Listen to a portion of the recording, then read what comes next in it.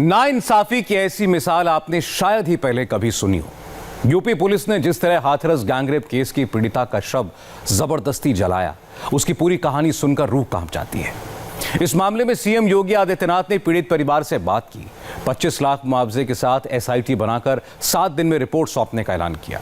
लेकिन तब तक यूपी पुलिस कायदे, कानून और इंसाफ को उस बेटी की चिता के साथ ही खाक कर चुकी थी। देखिए हमारी ये स्पेशल रिपोर्ट हाथरस के उसी गांव से।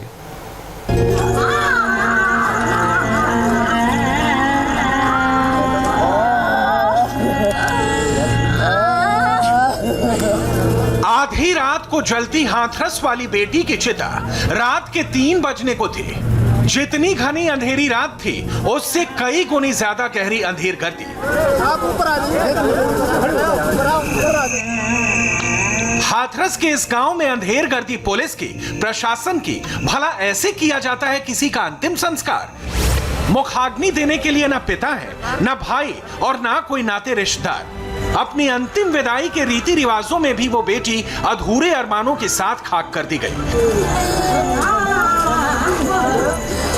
ये कैसी अंधेरगर्दी है? बेटी को आखिरी बार देखने के लिए बिलबिलाता रहा पिता, रोती तड़पती रही मां।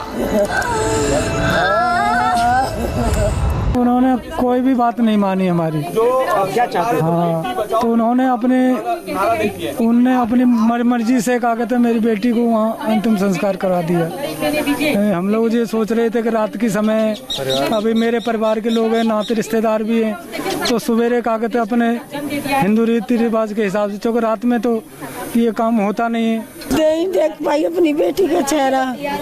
हमको मेरी बेटी को दे दो 5 मुहूर्त तक पत्थर उन्होंने नहीं दी मेरी बेटी की। उन्होंने नहीं बेटी के साथ हॉस्पिटल में भी कम से कम मेरी बेटी का आखिरी बार तो कम से कम मौत देख लेते देते, उन्होंने मट्टी नहीं दी। बेटी की चिता उस अंधेरे सुनसान में जलती रही। इधर पूरा परिवार बंद गेट के पीछे बिलखने, तड़पने को मजबूर। कि हम कल ही अंतिम संस्कार करेंगे, हमें इतनी जल्दी नहीं है। हम आइस के छिल्ली ला सकते हैं, बर्फ की, उस पर लिटा सकते हैं, हमारे पास बहुत सारी व्यवस्थाएं।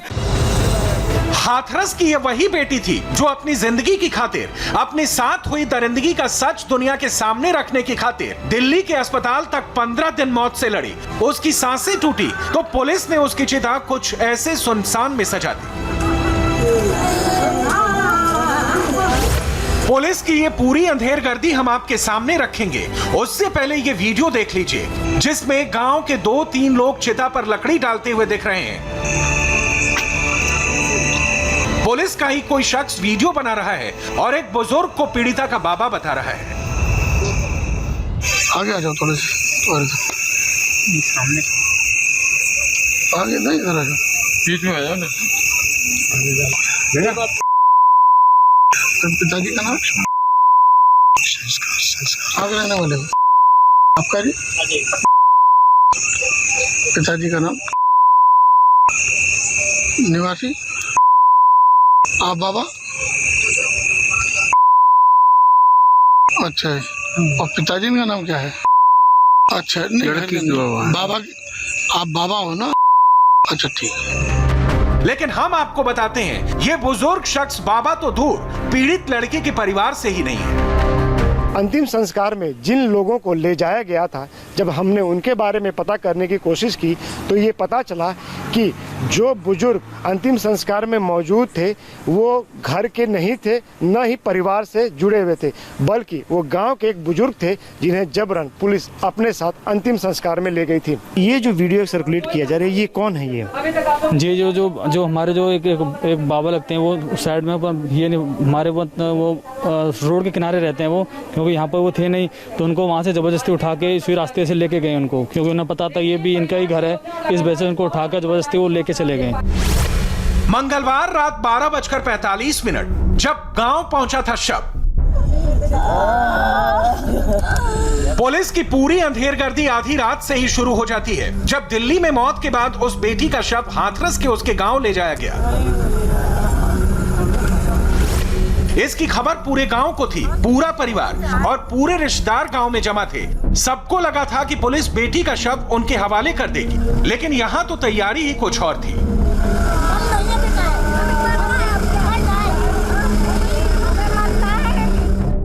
की रीति रिवाज परंपराएं समय के हिसाब से बदलती हैं, ठीक है ना। देखो ये एक्स्ट्रा ऑर्डिनरी सिचुएशन है, समझे ना, ये एक एक्स्ट्रा ऑर्डिनरी सिचुएशन है। इस एक्स्ट्रा ऑर्डिनरी सिचुएशन में कुछ गलतियां हुई हैं आपसे।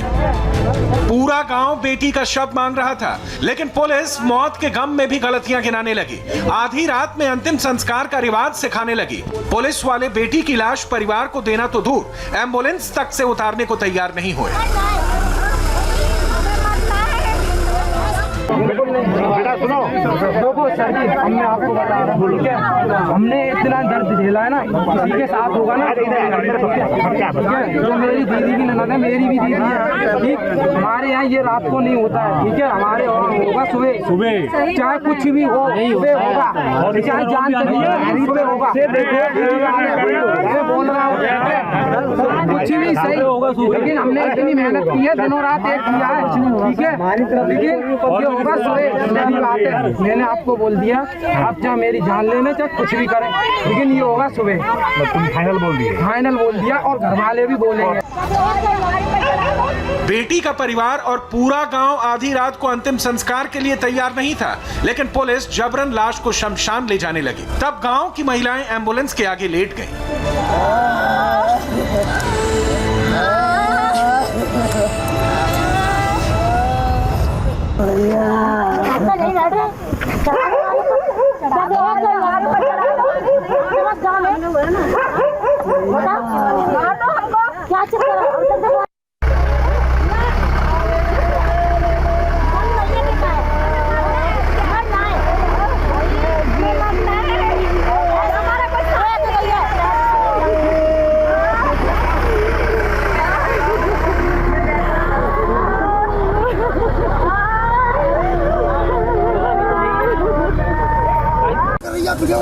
रात 1:45 बजे से 2:30 बजे तक पुलिस प्रशासन की यही अंधेरगर्दी चलती रही।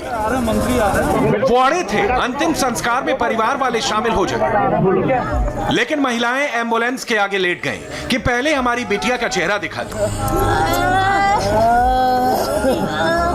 उसे आखिरी बार अपने आंगन में उतार दो। लेकिन पुलिस ने कोई फरियाद नहीं सुनी। डीएम, एसपी और एसडीएम किसी ने भी नहीं, बल्कि फरियाद के बदले ऐसी फटकार लगाई। थोड़ी सी घर मट्टी जरूर लगेगी सर, आप बीच में लगेगी, कोई दिक्कत नहीं।